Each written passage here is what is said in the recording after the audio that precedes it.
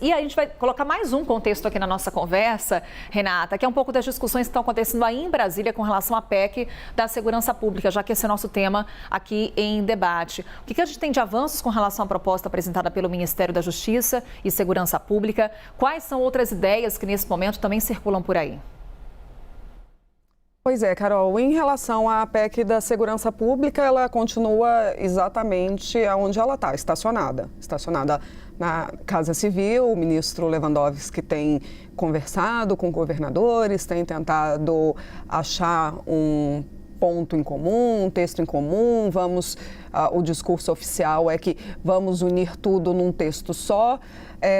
De fato, na teoria, funciona muito bem, né? Seria excelente que todo mundo se organizasse e se reunisse para poder criar um texto em conjunto. Na prática, isso não vai existir. E aí eu estava junto com o Pedro, a gente estava fazendo aqui, rememorando.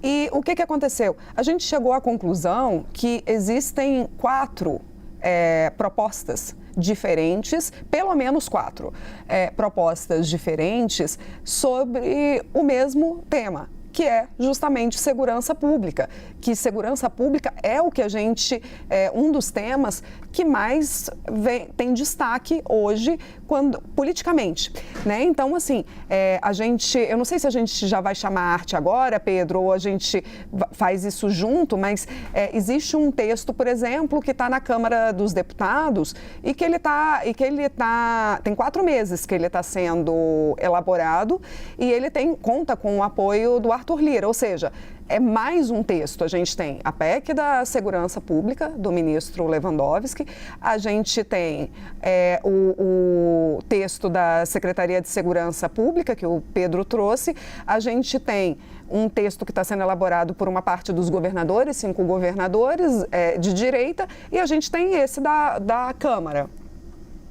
Então vamos, Renata, aproveitar aqui então que o Pedro está, a gente já vai pedir licença então para a Renata, rapidamente, só para a gente ilustrar exatamente o que a Renata já coloca nesse momento, nessa primeira análise sobre esse tema. Pedro, como é que está essa discussão então lá em Brasília e o quanto que ela envolve, obviamente, o governo federal, envolve governadores, envolve o Congresso, o que está sendo discutido por todos agora? Eu vou trazer um pouco do panorama, aí eu paro ali na parte da Câmara para a Renata poder voltar e complementar como é que está essa proposta por lá, mas é isso que a Renata estava dizendo, Carol. Há 4 propostas paralelas neste momento em curso. Uma delas é a principal, do Ricardo Lewandowski, que em abril defendeu esse Sistema Único de Segurança Pública, que já existe na lei desde 2018, mas efetivamente não foi implementado por falta de vontade política e de recurso. Mas como a Renata disse, há outras 3. Quais são os pontos de uma espinha dorsal dessa proposta de Ricardo Lewandowski? Um fundo único que pudesse ser utilizado pelos estados e municípios para a segurança pública, mas especialmente pelos estados, mas que seria gerido por um conselho ou pelo próprio governo federal, que se voltaria não só para ações da segurança do dia a dia, mas também para questões penitenciárias, né, presídios. A diminuição e o combate a mortes violentas, uso de armas não letais, está lá. O uso das câmeras corporais, regras padronizadas unificadas para os estados, está lá. A alteração da PRF, da Polícia Rodoviária Federal, para a Polícia Ostensiva Federal, está lá. Mas esse texto, como a Renata já tem trazido para a gente esse bastidor importante, ele é um texto que ainda não está concretizado. Ele está muito no âmbito das ideias, está lá na Casa Civil, tem um debate, mas ainda não se tem uma versão final para que seja encaminhada para o Congresso Nacional. Não bateu na porta da Câmara e do Senado ainda. Aí tem a proposta dos secretários, que a gente trouxe em primeira mão aqui ontem, que é uma minuta, que está pronta, que tem começo, meio e fim, que é uma proposta paralela à proposta do ministro Ricardo Lewandowski. E o que essa proposta prevê? Que o financiamento venha de jogos e apostas, da arrecadação do dinheiro do governo federal, dos impostos cobrados de jogos e apostas legais, e que seja dividido em 2 fundos, o Fundo de Segurança e o Fundo Penitenciário, que já é diferente da proposta do governo federal.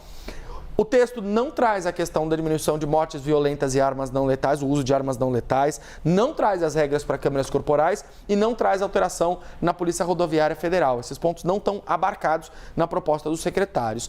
O que diz o governo? Eu falei com o Mário Sarrubo, que é o secretário nacional de Segurança, que é braço direito do ministro Ricardo Lewandowski para esse projeto. E ele me disse, Pedro, o debate é válido. Para nós, os secretários terem ideias, propostas, esse debate é válido. Mas nós estamos esperando quem? Os governadores. Porque os governadores devem se reunir na terça-feira. Eu conversei ontem com governadores para poder entender o movimento deles nos próximos dias. E há uma possibilidade de que eles se reúnam na terça-feira e que eles possam voltar a debater esse tema e apresentar, de fato, uma ideia, uma proposta para o governo federal. Uma proposta que não deve ser igual à proposta dos secretários. No caso aqui, essa proposta dos governadores vai incluir aqueles que mostram resistência com relação às propostas apresentadas pelo Ministério da Justiça? Esses ancorariam essa proposta. Tá. Tem 5 governadores que são o paredão de resistência. São Paulo com Tarcísio de Freitas, Rio de Janeiro com Cláudio Castro, Minas Gerais com Romeu Zema, Santa Catarina com Jorginho Melo e Goiás com Ronaldo Caiado. Estes 5 governadores têm ideias, por exemplo, que restringem o uso das câmeras corporais. Esse elemento especificamente pode ter uma mudança na negociação. Justamente por conta até da declaração de ontem do governador Tarcísio. Exatamente. Mas ainda assim, há uma leitura por parte dos governadores que, muito embora as câmeras possam ser usadas ou devam ser usadas, criar regras nacionais pode colocar a faca no pescoço dos governadores e limitar a possibilidade deles de terem as suas próprias diretrizes para o uso de câmeras.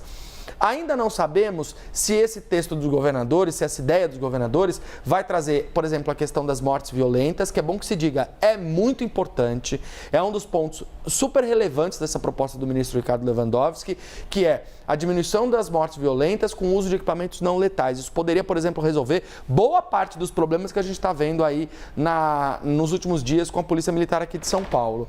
E também não trata sobre a alteração da Polícia Rodoviária Federal, muito embora esse seja um ponto que efetivamente para os governadores tem pouco impacto perto de outros. Não há ainda também a clareza sobre qual seria a forma de financiamento dessa proposta por parte dos governadores. Mas o que eles disseram é que querem que o dinheiro venha do governo federal, para poder pagar as contas do que eles querem fazer nos estados. Mas para além dessas 3 propostas, tem uma última proposta que está tramitando na Câmara e tem um apoio importante que eu sei que a Renata vai contar. Ela vai agora aparecer aqui conosco, já em tela com essas propostas também, Renata, porque esse apoio de peso é nada mais, nada menos do que do presidente da Câmara dos Deputados, como a Renata Varandas nos contava. E aí, por mais que Arthur Lira esteja já no momento de despedida da Câmara, ele deve fazer o seu sucessor, ao que tudo indica. Ou seja, é uma proposta que já sai com um ponto a mais. É isso, já sai endereçada, né, Carol? Assim, não adianta a gente dizer que o café do Lira está esfriando, porque, na verdade, o café do Hugo Mota, que é o sucessor dele, apoiado por ele, está esquentando. Então, se tem o apoio de Arthur Lira, muito provavelmente vai ter o apoio do Hugo Mota. Esse projeto, essa proposta não é uma PEC, é um projeto de lei. Tem 4 meses que ela vem sendo gestada ali pela bancada da bala. O autor o Alfredo Gaspar, ele é do União Brasil de Alagoas, estado do Arthur Lira. Então, essa proposta vem sendo conversada ali na Câmara dos Deputados. O que traz de mais interessante? Ela retira das mãos do governo federal, porque ela, na verdade, ela se contrapõe à PEC do ministro Ricardo Lewandowski, que é a PEC da Segurança Pública. Porque a PEC da Segurança Pública tenta unificar, pede que a União faça o comando das polícias. E esse projeto de lei, ele retira das mãos do governo federal essa tomada de decisão. O que ele faz? Ele cria como se fosse uma associação que é comandada pela União e também pelos estados. E aí eles botam até, inclusive, um cálculo que eu achei interessante. Eles falam que o governo federal teria 49% de votos nas decisões, enquanto os estados e o Distrito Federal, 51%. E eles falam em coordenação de esforços, compartilhamento de inteligência, de recursos, não falam exatamente como que isso será financiado, mas falam em compartilhamento de recursos. Falam também em incluir o SISBIN, que é o Sistema Brasileiro de Inteligência, que é da ABIN, para poder enfrentar os crimes de organizações criminosas transnacionais. Eles batem muito nesse ponto. Não citam o Fundo Nacional de Segurança Pública, e também não tratam especificamente de mortes violentas nem câmeras corporais. No entanto, esse texto também está na Câmara, tem sido debatido, tem sido conversado e é mais um texto que pode acabar rivalizando com a PEC da Segurança Pública. O governador do Norte ontem, e ele me dizia assim, para além de toda essa complexidade do tema, tem um outro problema. As nossas dores de cabeça são diferentes.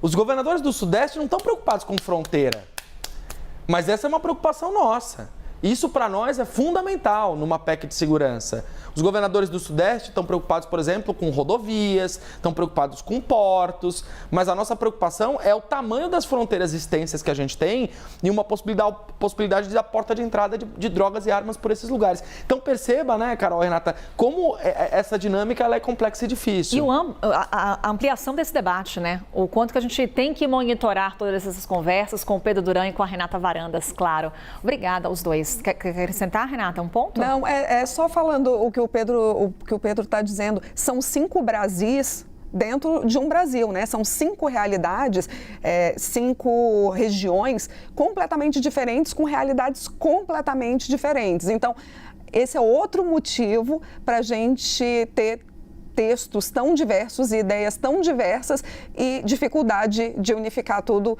em uma só proposta. Cada estado com a sua demanda. A gente vai trazer mais atualizações, claro, aqui na programação com o Pedro e Renata. Obrigada por enquanto. Daqui a pouquinho a gente conversa mais.